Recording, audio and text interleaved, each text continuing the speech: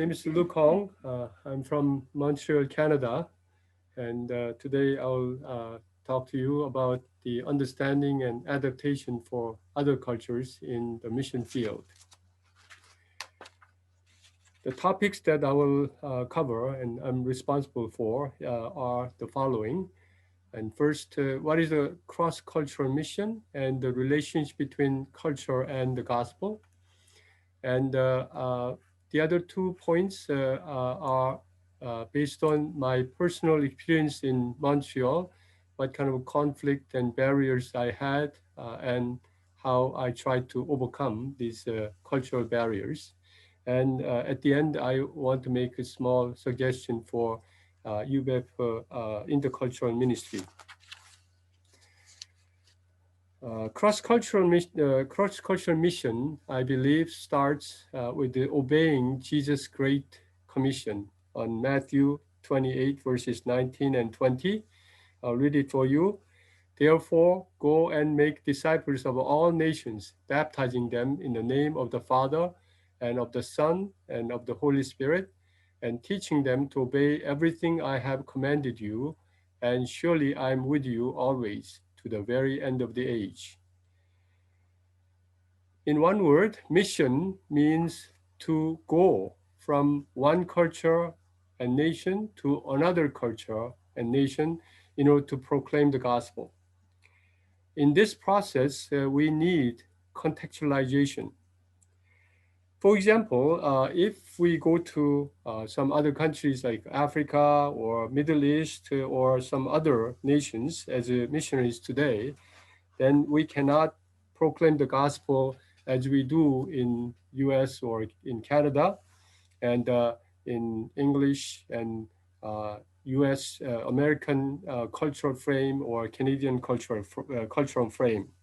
And therefore we have to adapt our language and culture in our mission field. That is contextualization of the gospel. For example, 6 years ago, missionary Sarah Berry came to Korea as a missionary, and she spoke Korean to proclaim the gospel, and she adapted to Korean lifestyle. Again, Jesus also came from heaven to this world in flesh. The Holy God came in flesh. The incarnation itself is one of contextualization, I think. And also he came to this world and proclaimed the gospel, not in heavenly language, which we cannot understand, and he spoke Aramaic and intelligible language. That is another example of contextualization. And therefore, contextualization is our attempt to present the gospel in culturally relevant ways. So any missionary is doing some kind of contextualization in their mission field because we are proclaiming the gospel in the context of the culture of our mission field. In the past, we used to call this adaptation or indigenization, but these days the term contextualization seems to be the most popular. The necessity of contextualization seems to be quite obvious, and because we need to communicate the gospel truth clearly and effectively. In communication, there are two parties, the message sender and the recipient of the message. The message can be transmitted. However, the meaning is actually in the heart of the listeners. To illustrate this, I'd like to quote one Korean poem called "The Flower," written by Kim Chun-soo. And in the poem, there is one stanza which reads like this. I'm translating in English. When I called his name, he came to me and became flower. So there, he is the message, and calling his name is a way of communication. And in the listener's heart, he became flower. That's the meaning. I thought about for English audience, and so I'll try, and I hope this may work. But uh, in the Bible, uh, John the Baptist called himself a voice calling in the desert. He was a voice, and his voice carried God's message. And in the ears of the listeners, the meaning came to be. And to some people, it was meaningful enough to repent.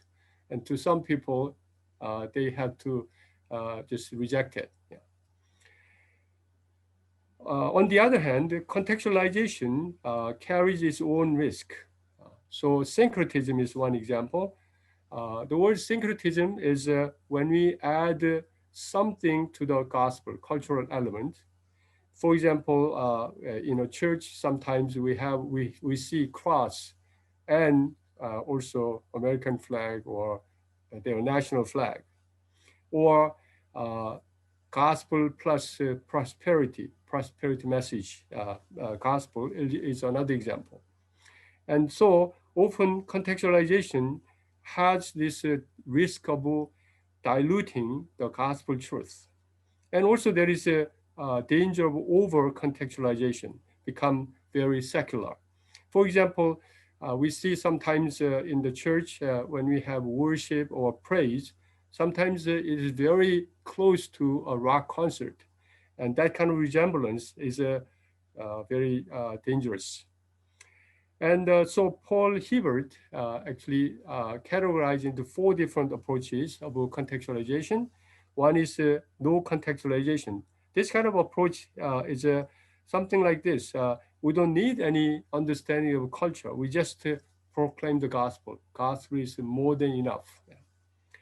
And there's minimal contextualization. We are taking just a couple of cultural element and we adapt it to it. And so maybe the clothes or the food or church building and so on. And the third approach is uncritical contextualization. And this is just assimilating culture to the gospel without any criticism. And this is very close to what I mentioned earlier, over contextualization. And the most desirable might be critical contextualization, where we can uh, we can critically accept the culture according to gospel truth. And so contextualization is the effort of the gospel to be proclaimed accurately and effectively. As we communicate the gospel message, the gospel itself is important. So I will define gospel as proclaiming the person of Jesus and his work and the message of the kingdom of God. And obviously, the gospel message is immutable, is unchangeable.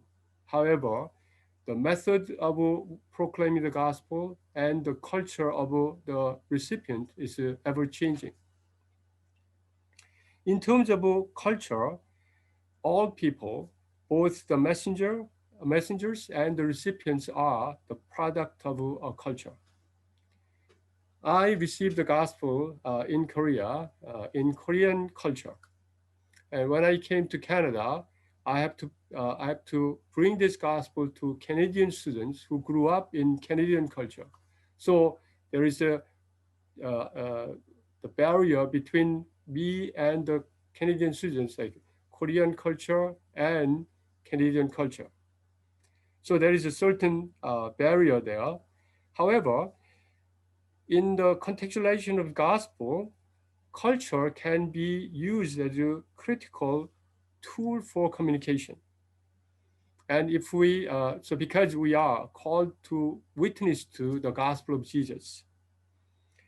And in communication, we can think about two elements, word and deed. Obviously, we are communicating in language, so we have to have a good command about language about our mission field. In the end, we are dealing with their deep life problems and life issues, and so we need to have a good communication in language. And more importantly, the deeds or life itself is important. communication tool, because our gospel-centered life example and our basic respect to the people will move people's heart. And so, as one messenger said, 70% is a life example in his message, and 30% is Bible study. But Mary is a good example. She came to Korea and she studied Korean diligently until she could speak fluently. And also in her practical life, she showed a humble lifestyle, living in small one-bedroom apartment and sleeping on the floor and eating Korean food.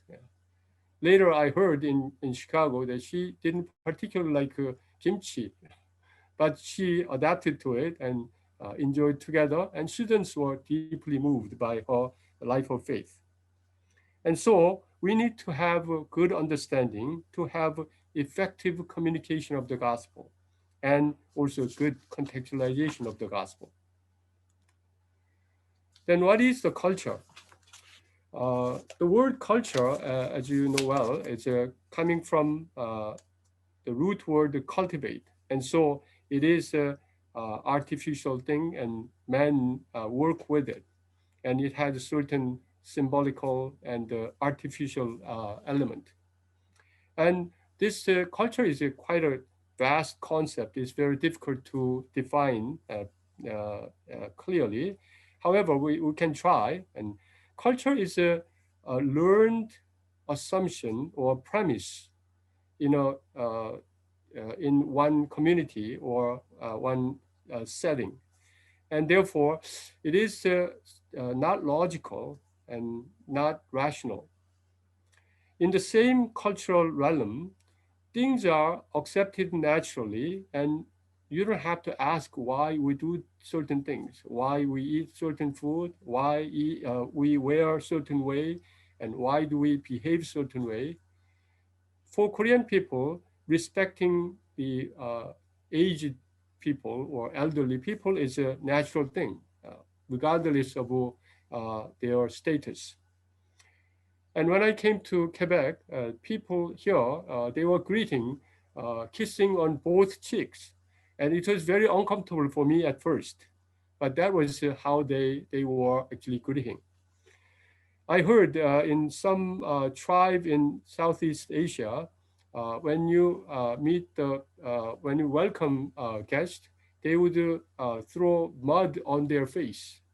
And then now they accept this, then they consider now you are one of us. We don't know why they do, but that's how they do. And so culture is, when we look at it, actually, there is a reflection or expression of a worldview and value system or outlook to life. And culture is actually very complex phenomena, and therefore we need to approach in systematic way. Sometimes we approach very simplistic way, and but that would cause deeper problems because no culture is one-dimensional. No, just like no one in this world is just one-dimensional. We are multi-dimensional, and we have to approach people or culture from multifaceted approach. So the culture actually has, we can divide into kind of two structures. One is a deep structure, which is like deeper things like worldview and value system or outlook to life. And surface structure, which is actually how we live and way of life, way of thinking maybe, and also customs. And so, the gospel message is always addressing the deep structure, the worldview. Sometimes we experience cultural shock, and actually it naturally occurs as we enter into different culture because there are clear differences. Even in the same cultural realm, we have a difference in culture between generations and between families and between regions. And if we go to other countries, this becomes more serious. And especially when we do not understand that culture, and if we insist on our own culture or refuse to adapt to it, then cultural shock will be even more serious. As we encounter other culture, we wonder, why do they do that? And this is actually the first step toward understanding. When I first came to Canada, I saw the college students, 18 years old, and they have to all move out from their parents' home. And if they stayed in their home, parents' home, they had to pay rent. So I thought, wow, this is quite, the Canadian parents are selfish and how heartless. But I begin to, later on, I asked why they do that. And I thought about it, and slowly I begin to understand why they would do that. And later on, I realized that, well, Canadian parents love their children just as much as the Korean parents do, but they want to help their children to be independent and also learn a sense of responsibility. And our mission is actually through Bible study and through proclaim the gospel, we want to help people until there is a fundamental change in one's worldviews and value system, and their life itself can be changed.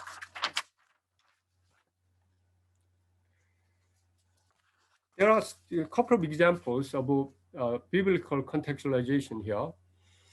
Of course, Jesus himself, as I said earlier, well, his incarnation itself is the best contextualization. However, in his ministry, we can see some examples in John chapter 4, as he was helping Samaritan woman, and he overcame the barriers of gender barrier and racial barrier and religious barrier until he could help her to satisfy her deep thirst. And in also Luke chapter 10, there we see the example of an expert in the law. And now he helped him. Now, because he was an expert in the law, he was helping through the Bible study, actually. So, yeah, you guys know this, so I will just quickly go. And in this way, actually, Jesus was solving the fundamental life problems. Apostle Paul is another example, and his overall attitude was revealed in 1 Corinthians chapter 9, and I have become all things to all people, and to save some, and for the sake of the gospel. And also in Acts chapter 17, we see his ministry in Athens. When he was in Agora there, he saw many idols and altars to many gods, and even an altar to an unknown God. And then Apostle Paul started from there. The unknown God is actually Jesus. And he pointed out the foolishness of their idol worship, and in the end he proclaimed Jesus' suffering, death, and resurrection. And also early church, the Jerusalem Council, dealing with the circumcision issue of Gentile converts, instead of insisting on their Jewish cultural law, traditional law, they were asking just some basic requirements as believers. Instead of, they said, do not eat food sacrificed to idols, and do not commit adultery, sexual immorality. So as we see, the early church leaders were focusing on faith rather than cultural issues.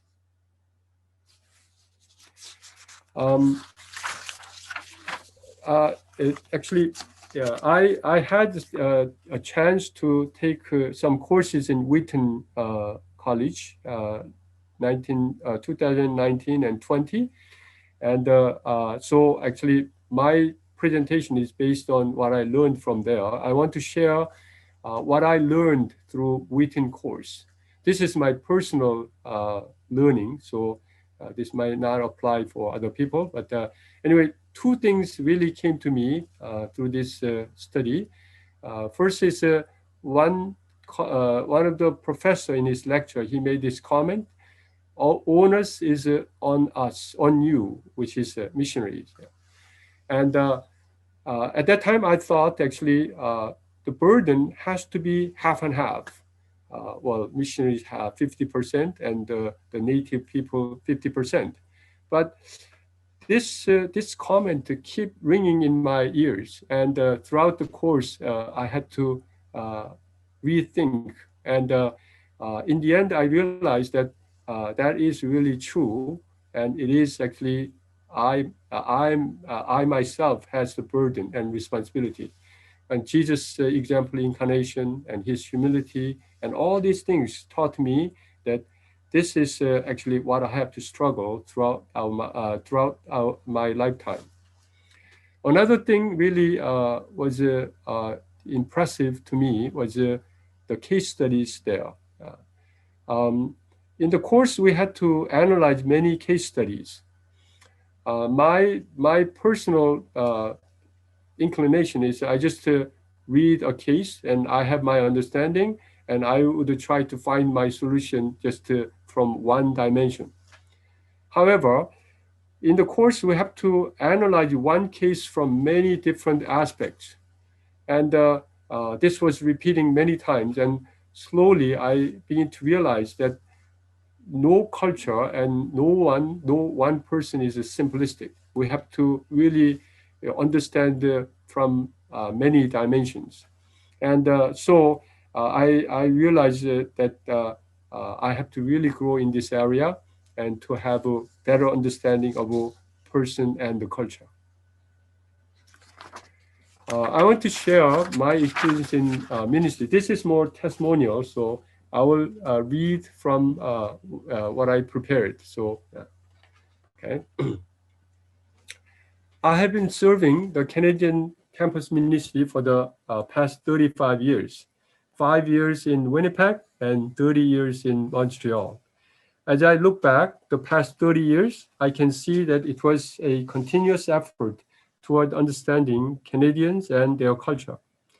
Korean missionaries inevitably brought Korean culture to Canada as we started ministries in Canada. As you know well, in Korean culture, it is natural and even expected to show respect to other people based on age, title, position, education, or career, even including UBF Korea. There exists a clear hierarchical order in Korean culture. We are used to the culture that the superior gives orders and the subordinates obey. Inadvertently, we apply such cultural norm in our ministry in the name of a spiritual order or spiritual discipline. For the time being, God blessed our work, and there were some visible fruit in the discipleship ministry. However, eventually, conflicts arose in our relationship with the native people, and negative problems occurred in our community. Despite the initial success, there followed continued persecution and conflict within and without. As a result, a number of growing shepherds and even some missionaries left the ministry. Finally, we left Winnipeg and came to Montreal. But we believe the sovereign God who accomplished his good purpose among us in spite of ourselves. Nevertheless, it was a heartbreaking failure and painful lesson in our ministry. In 1990, late Dr. Samuel Lee appointed me to take the directorship in Montreal. Since then, we tried to change the culture of our ministry from authoritative leadership with the hierarchical Korean culture to the culture of co-working as gospel partners in our relationship. In Montreal, I struggled to take responsibility for God's ministry for Montreal and Canada. We tried to establish more equal and co-working relationship with a mutual respect. In our meetings, we promoted the environment where anyone can freely speak or his or her mind and discuss the ministry's issue. We made effort to respect and work together as co-workers. Listening to all the opinions of the co-workers took a long time. Oftentimes, we could not reach an agreement, and decision-making was a prolonged process. Sometimes listening to others' honest opinion caused hurt feelings, misunderstanding, and even conflict in our hearts. Due to the conflicting opinions, coworkers had uncomfortable feelings and had some time of awkward relationship. Nevertheless, we continued to pray and invested our time in building up co-working relationship. Now we are freer to share our opinions in the meetings without worrying about hurt feelings. We can reach an agreement and wholeheartedly support the reached decision, even if one opposed it initially. Even in our Bible studies, sometimes we had moments of a heated argument, standing on different viewpoint.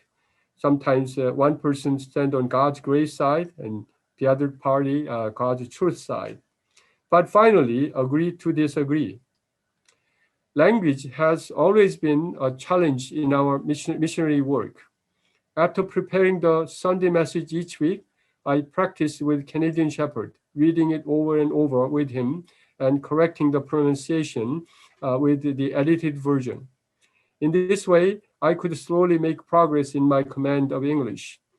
Now, since we are located in Quebec, we are also struggling to learn French language.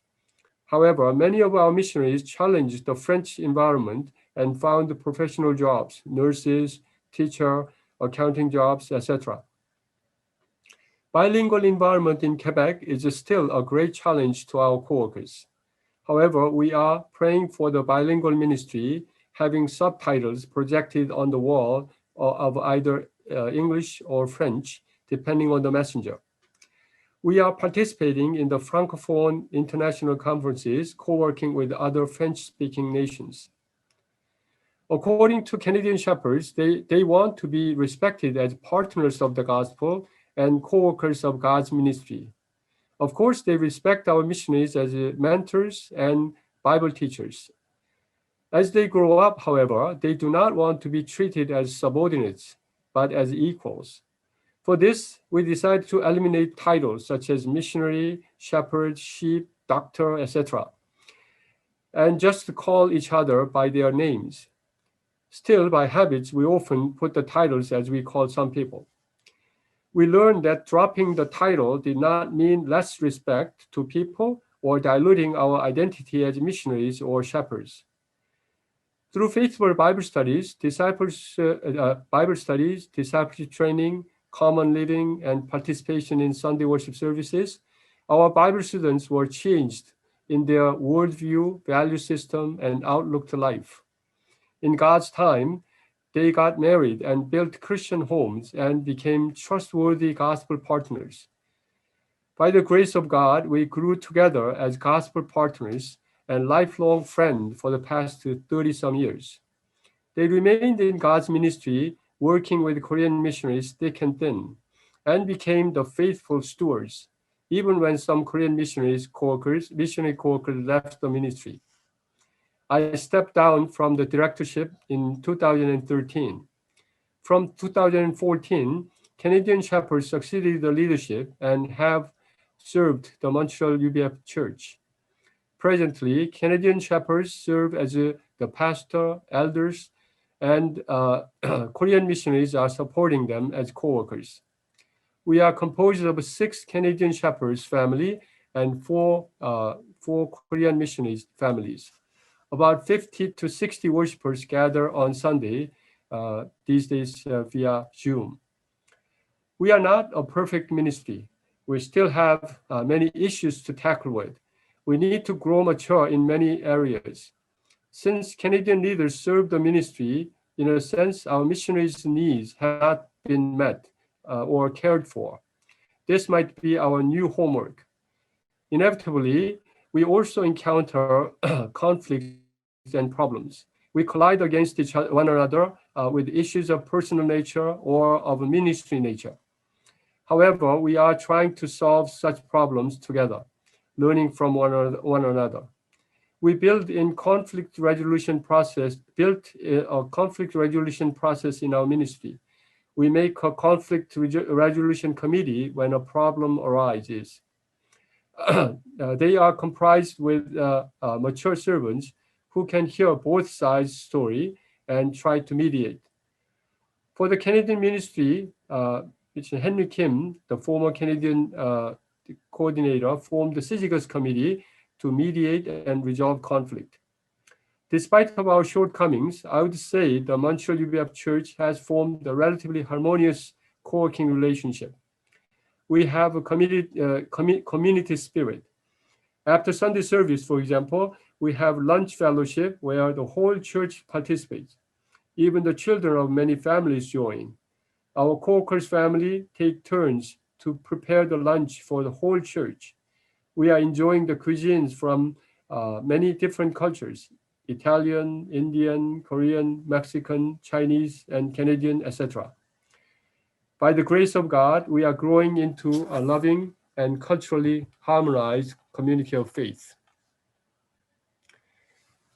Lastly, I will end with some suggestion for UBF ministry. The first is the missionary training. I experienced learning language and also cultural adaptation when I arrived in Canada, but it might be helpful if we actually intensify our language training and cultural training at the beginning, initial stage of missionary training in Korea or wherever we are actually preparing to go out as a missionary. And second point is for senior missionaries' contribution.